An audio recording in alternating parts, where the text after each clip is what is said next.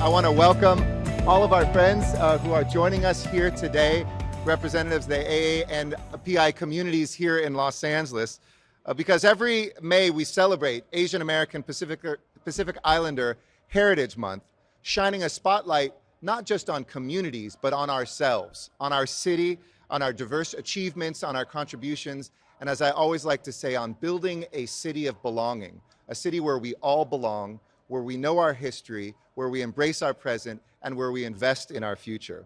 And so I'm very proud to join with the City Council today to declare May 3rd AAPI LA Day.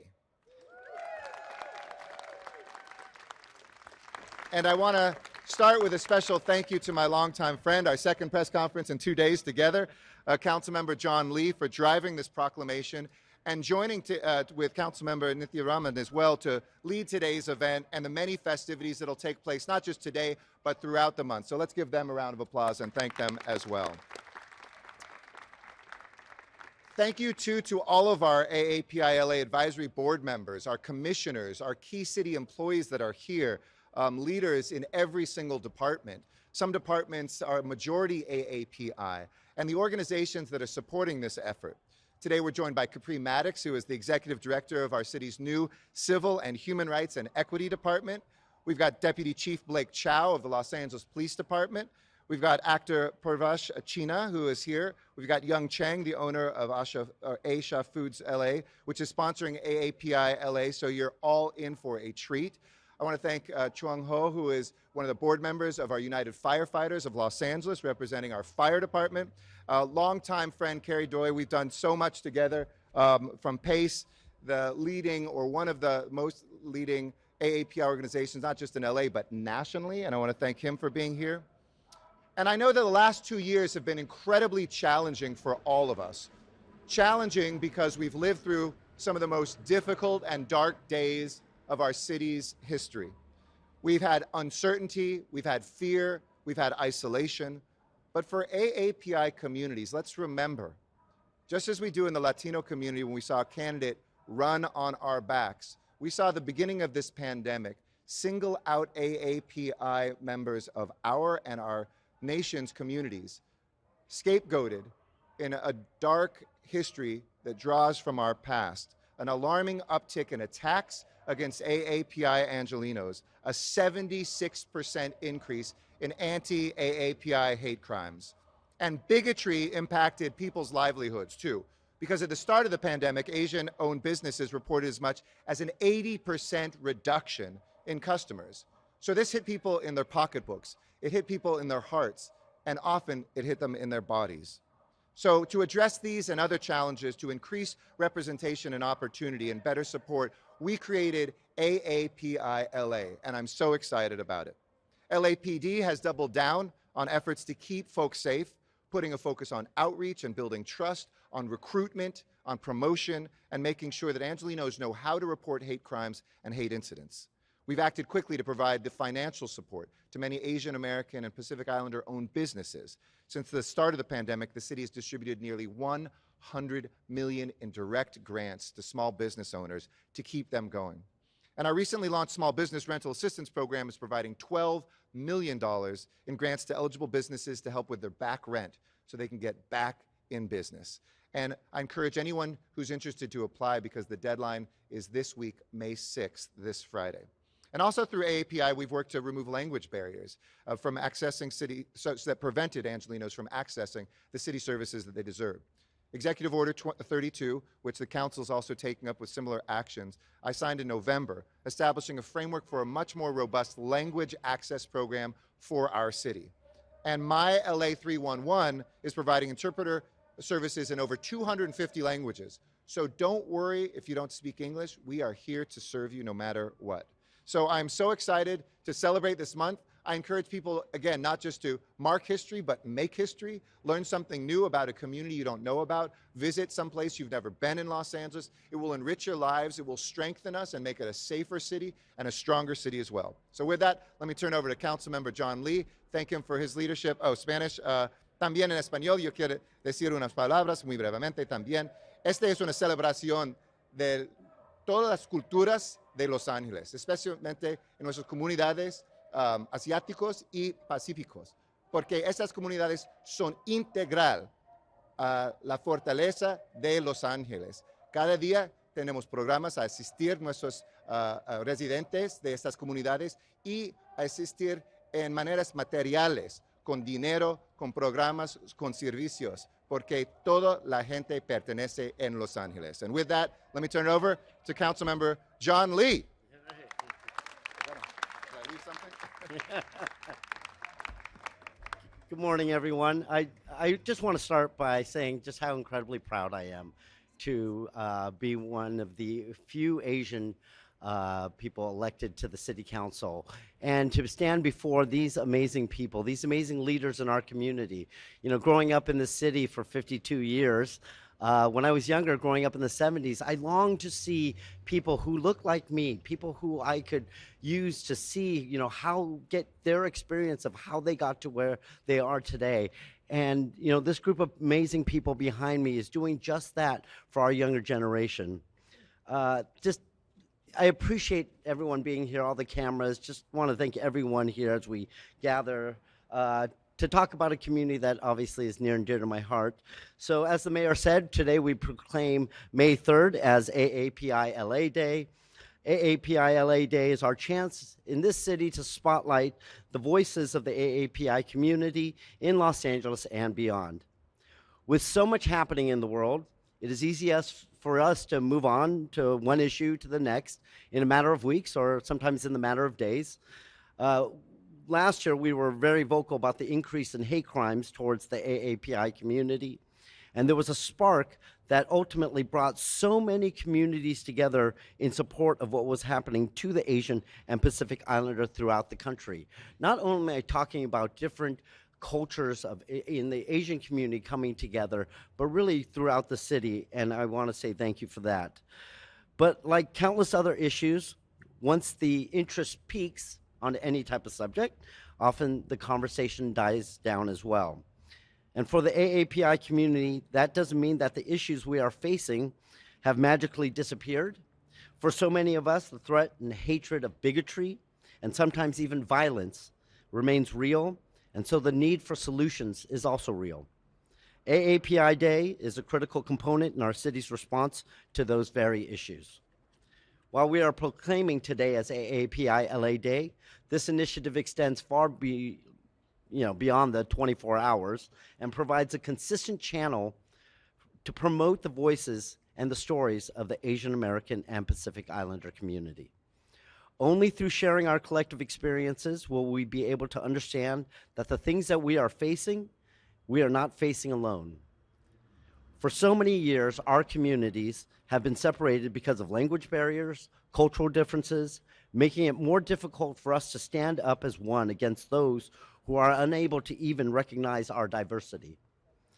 I say this all the time, but I am extremely proud to be one of the only Asian Americans to ever sit on the Los Angeles City Council. And while holding this office as a Korean American is one of my life's greatest honors, I also know that it's one of my greatest responsibilities. I feel the weight of not only the Korean American community, but many AAPI communities as well, who when they look at government, they hope they see a face or leadership that represents who they are. Over the course of the past few decades, I am so proud, as I've worked in the city now for 20 years, that this city has made so much progress in this field. And when you look at the workforce of the city, it almost mirrors exactly the population of the city of Los Angeles. But nonetheless, our work doesn't end here. We always have a chance to do better, which is why today is so incredibly important. I hope that today marks the beginning of a growing conversation for everyone who is a member of the AAPI community and for those who are willing to stand up with us and hear our stories. Through the AAPI LA initiative, we will be having conversations, cross-promoting events, and supporting any efforts to amplify the AAPI community's voice and raise awareness of the issues that deeply affect us. And like I said, see so many leaders. I also see so many leaders in the background here. I like to point out, I saw her earlier, Susana Reyes, who was recently confirmed to the Board of Public Works, who has been a strong voice for the Filipino community. Susana, are you here somewhere? Oh, right there, right behind. I knew I saw her somewhere. So lastly, let me give a big thank you to the co-sponsors today, Mayor Eric Garcetti, who I've known for 41 years. Since we used to ride the bus home together from school. And also my newest colleague, Councilmember Nithya Ramen, who along with me is the, well, not along with me, but is the, yes, Asian American Caucus, but also the first Asian American ever elected to office. So thank you both to you. I appreciate your leadership on this issue, and I appreciate the attention that we're getting. This is an important day for us to start the conversation of all the different contributions that the AAPI community has given to the great city of Los Angeles, and I appreciate you all being here. Thank you so much. Thank you.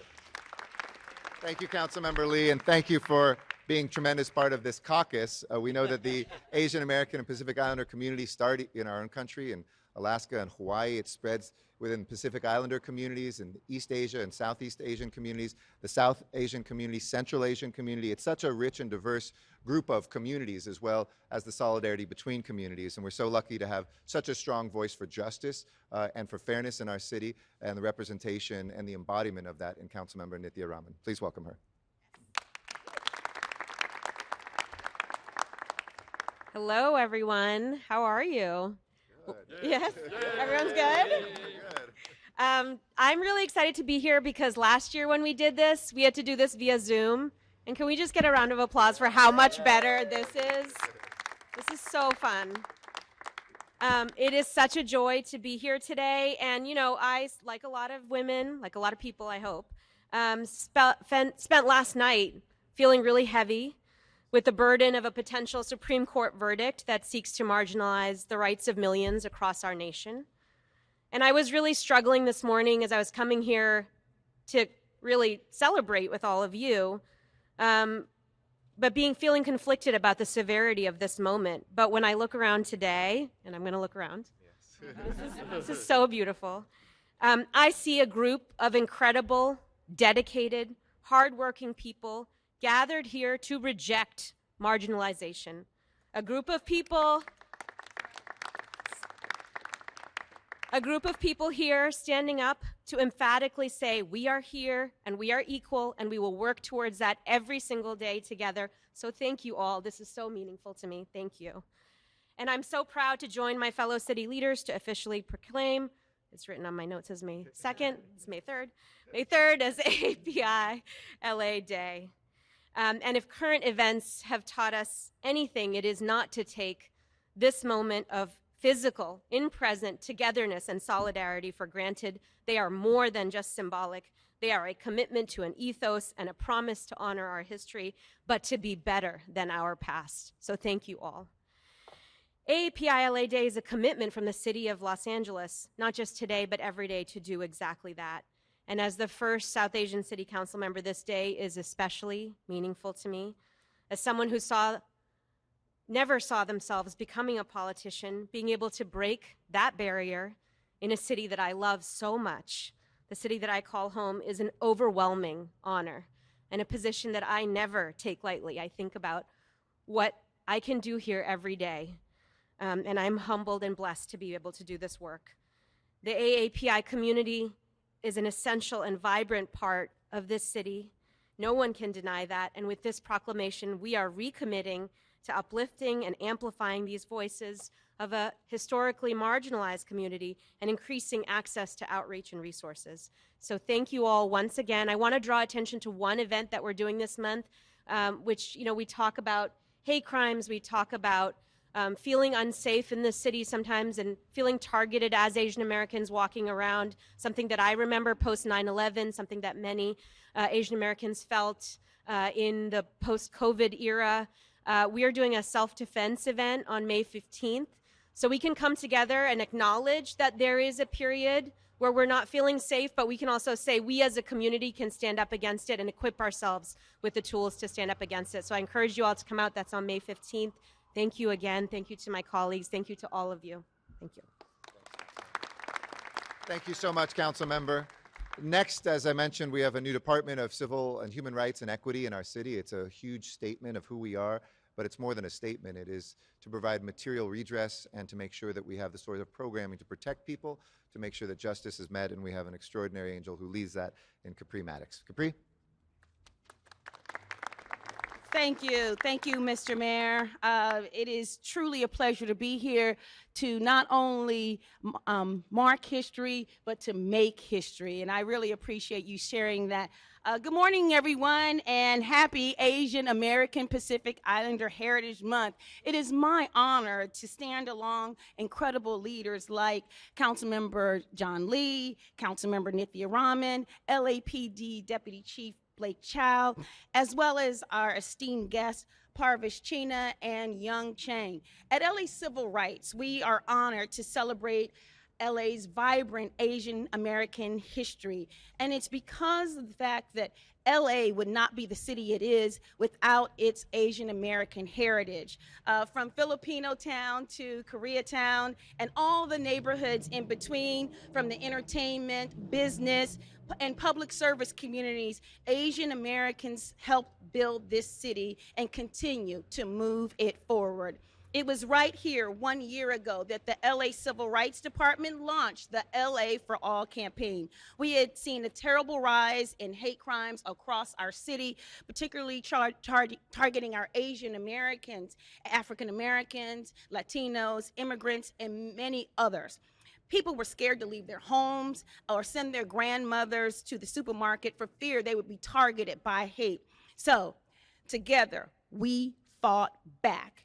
City leaders, many of whom, actually all of the city leaders that are here today, worked to build a PSA campaign focused on LA values of inclusion and belonging. We expanded hate crime reporting, allowing Angelenos to call 311 as well as 911 to get connected to culturally appropriate resources. And we hosted bystander training, solidarity events, and other programmings to make Los Angeles more resilient against hate.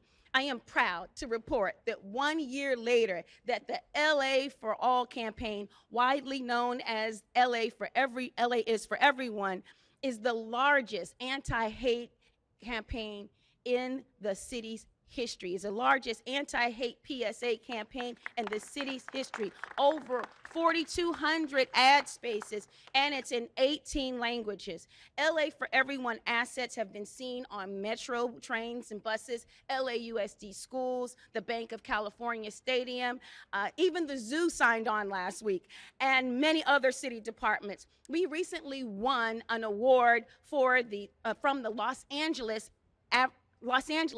American Advertising Award. Say that quickly. We recently won an award from the Los Angeles American Advertising Awards. This has made us the envy of some corporations in Los Angeles that are repped by professional ad agencies. Most importantly, the LA for All campaign has been adopted by the community. We have sent out thousands of LA for All posters to hundreds of businesses, community centers, schools, and houses of worship all over the city of Los Angeles through our poster distribution program. This shows that the city values its diversity and stands up for inclusion, and we can stand together against hate.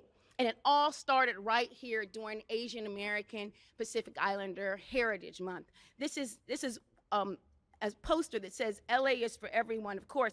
And when I talk about the 18 languages, I want you to know that we wanted to make sure that we stood for all communities. So this is in, the language is translated in Chinese, Korean, Hindi, Tagalog, Vietnamese, Thai, Japanese, and many others. And every poster represents all skin tones. All the color you've seen all across this beautiful city. You can find some on the table over here. But LA for All is not just a campaign, it is a movement for solidarity, a movement for greater inclusion and pride in our diversity. And that is what AAPI LA initiative is all about. The AAPI LA amplifies the voices of its diverse community and supports equity and opportunity for the Asian American and Pacific Islander Angelenos. LA Civil Rights is proud to partner with this effort, and we stand with these incredible leaders that are behind us, and some over here too. I see you, for a better Los Angeles, and a Los Angeles that is for everyone. Thank you. Thank you. Thank you so much, Capri. Next, I'd like to ask Deputy Chief Blake Chow to come forward. He's been instrumental as a police leader for many years in protecting all communities, but also in having the responsibility of being somebody who embodies a city that belongs to everyone and that will always fight for the rights of everyone. Please welcome, as our representative from Los Angeles Police Department, Deputy Chief Blake Chow. Hi, good morning, everybody. Thank you, Councilmember Lee, Councilmember Ramen, Mr. Mayor. It's a pleasure to be here. On behalf of Chief Michael Moore, myself, and the entire LAPD, you know, we stand behind our community leaders, our political leaders, our city leaders here in recognizing AAPI month. And I have to tell you that we were an instrumental part in the LA for All campaign, and I don't think I've worked with a greater group of people than are standing behind me. But, you know, in my 32 years in the city and working for LAPD, there's two things you realize about the communities that we serve. Number one is, in this city, diversity in our communities is our strength here in this city. And the product is a vibrant cultural community here in the city, unlike any other city in the world. When I came on in 1990, it was a very different city. The highest ranking Asian Pacific Islander was a lieutenant. And now look at us. Oh, here we are. Here we are. We reflect the city. We have more police officers than AAPI officers than when I came on, that are out there patrolling, protecting the community, speaking the native languages, and making the connections with the community that are so important to build that bridge that really, quite frankly, we didn't have back in the 1990s. But just a couple of messages I wanted to put out there for everybody. Number one, again, this is a month to celebrate the AAPI community. And I encourage community members to go to Koreatown, go to Chinatown, go to Little Tokyo, Thai Town, Filipino Town, and take your family and spend the weekend there and spend the day, eat at the restaurants, meet some of the people that live there and some of the people that own businesses, because you will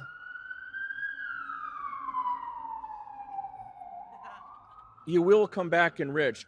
And the reason I say that is because we still have a lot of work to do regarding hate crimes of all kinds, but because we're in AAPI month, we still have a lot of work to do with AAPI hate crimes. And really, until we as a society denounce hate crimes and hate incidents, the problem is not going to get better. So the great work that was done by the people behind me continues. We are here to support you, and have a great AAPI month, everybody. Thanks, Chief. Appreciate it. Thank you so much, Chief. Now, if I can ask Parvish China to come forward. He's an actor who has not only given us great joy and entertained us, but he's used his platform to advocate for the rights of all people, to advocate for the AAPI, the LGBTQ+ community, and he's been a real voice of not only equality, but making sure that there's justice in our city. Parvish, great to see you. Thank you, Mayor. Absolutely. Thank you. Thank you, everyone. It's a great day to be here. I know there was some news last night, but we're here to show that our community can be sad and angry and celebrate and be persistent and do the work that needs to keep going forward. So today is just another day in the struggle. Now, I want to talk a little bit about intersectionality. This is a big word, you know, we've heard over the last few years. I'm intersectional. I am an Asian, Indian, American, gay male living in LA. So we could talk about macro, we could talk about bigger things, but specifically in this city, even just as a member of SAG-AFTRA, our entertainment, our performers union, actually also for anyone in front of a camera, including our broadcasters, we know that we are up front. We are the visible folks, you know. Before we used to hear like, you know, you're just an actor, you know, we've heard some other people in news like shut up and dribble or shut up and act, right? Well, this activist, you know, you can't be quiet. We know that those of us in arts and entertainment especially, it is a political act even to be of a different race in America and trying to strive and thrive and find your voice.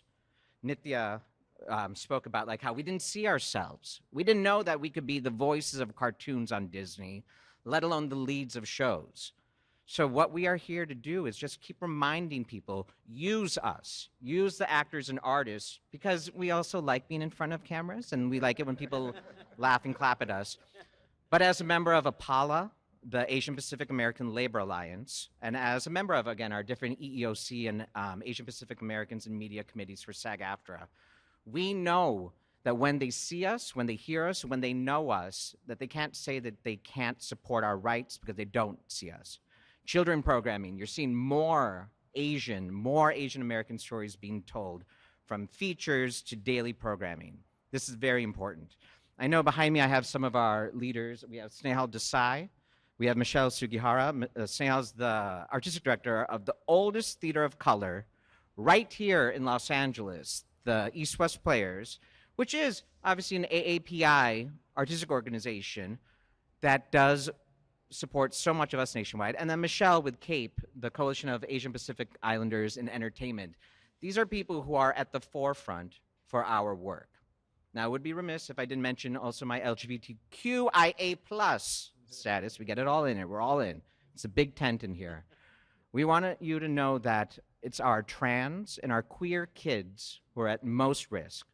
So please join us today. You know, we're going to have a lot of celebrations this month. Please check out the website as we go on. Chef Katie, thank you for bringing me in. I know that we'll be at that smorgasbord on May 29th. But thank you all. Thank you to the dignitaries. Thank you to the leaders. And please, please stop AAPI hate in any which way you can do, even if it is to talk, support. And I know we don't like it sometimes, but even social media, to my Twitter friend and everything. But please use your voices. It's all we have. Thank you. Thank you. Thank you.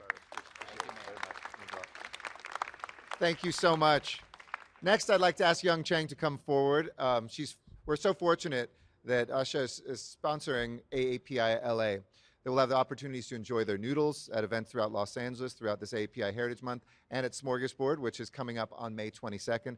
And thank you, Young, for just being a critical part of our economy, a critical part of our spirit, and a critical part of our month. Young? Good to see you. I've got my talking notes here, so I promise I'm not playing with TikTok right now. Good morning, everyone. My name is Young Chang. I'm the owner and founder of Asha Foods USA. It's an honor to be here today among such great leaders of the city, and we're very proud to be such an important. We're proud to be part of such an important initiative in our city. When Asha first entered the American market back in 2015, we're faced with the challenge of taking a very ethnic Taiwanese product and assimilating onto the American dinner table. As a company, we tried to look for ways to bridge the gap between our culture and the cultures in the United States. The Asian American business dream is no different. Coming from a foreign land and just trying to fit in within a new country, that's what every business is trying to do. However, in addition to just the regular business challenges that we faced, in the last few years, we've also had to face issues of COVID-19 and also anti-AAPI hate. These challenges have led us to deal with things that have been unprecedented in businesses past. The differences between cultures should not be a cause for division and or hate. It should be something that's embraced and also celebrated. Every culture within the AAPI community has its own uniqueness and its own charm. Each one of us brings value and deserves respect as we try to make our lives and the society that we're in a better place. I was born and raised in America, and I've faced anti-Asian hate for as far as I can remember. I have a son who's a senior in high school, and he's also faced Asian hate in his very young life. Our story, which is shared by so many people around this city, should not be what we're remembered by, but rather how we respond and how we endure past these incidents. And with the support of the city and all these great leaders, I feel that that's something that we can do. Asha Foods is proof that the Asian American dream is alive and well. We hope to lead and inspire the next generation of Asian American businesses in Los Angeles and throughout the United States. Our hope is that from the darkness of all this anti-AAPI hate will rise a new opportunity for change and a brighter future for everyone. Thank you very much. Thank you, Mayor. Appreciate it. Beautifully said, Young. Thank you so much. And our last speaker today is Carrie Doi, who's the CEO and president of the Pacific Asian Consortium in Employment, or PACE. As I mentioned, we've done so much from fighting against poverty together to providing housing to making sure that there's organizing going on within the API communities. And we're so pleased that Carrie has joined us here today. So, Carrie, take it home. All you have to do is be the closer. I get really nervous whenever I'm in the presence of the mayor. Councilman Lee, Councilwoman Ramen. And thank you for those kind words. Right? What the mayor was actually trying to say is that I'm an old man, but he's very polite. You know, and many people have asked me why I keep doing this. I'm a holdover from the Tom Bradley administration, from the civil rights movement. And more than a half a century ago, more than 60 years ago, I faced those same words. Slant-eyed Jap, go back where you came from. Those same words heard today. Right. These ignorant fools had no idea. They did not know that in World War II, almost 2,000 casualties were suffered by the all-Japanese American unit 442 and the 100th Battalion, right, to save 211 Texas lives.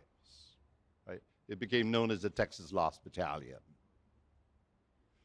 This is all while their families were locked up in American concentration camps in the middle of the desert. These ignorant fools did not know about the hate, the racism, and the hostilities that the Chinese laborers faced in building the first intercontinental railroad in the United States. Not a Chinaman's chance, they were saying, meant not a chance in hell. The great Cesar Chavez once said that without the Filipino farm workers, there would not be a united farm worker union. Right. I could go on, but they didn't give me 5 hours to talk.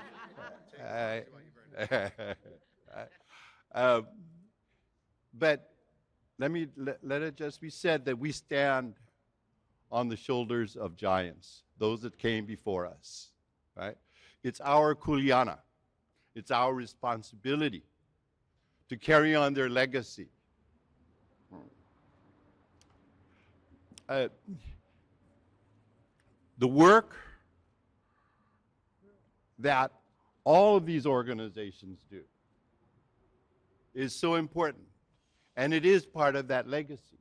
It is carrying on the work of those that came before us, and it's because of that, not because of Carrie Doi, but because of all of the work of everybody here, that I was bestowed the honor of being placed on the President's Advisory Commission for Asian Americans, Native Hawaiians, and Pacific Islanders. Right. Thank you. Thank you. It is a tremendous responsibility, but I'm old enough to not give a damn, and I'm doing what I can. The commission has been very busy, and we've been talking about so many issues across this country: health, mental health, jobs, economic equity, small business, and so many others. Not to say the least, perhaps the most important today is stopping AAPI hate. Next week, when we meet in the White House, we hope to finalize our initial set of recommendations that we are going to be submitting to the President. I'm not at liberty to discuss the deliberations, but all I can say is that it is our kuleana. It is our responsibility to carry on the work of those that came before us, because we stand on the shoulders of giants. And so I want to say mahalo and aloha. Thank you.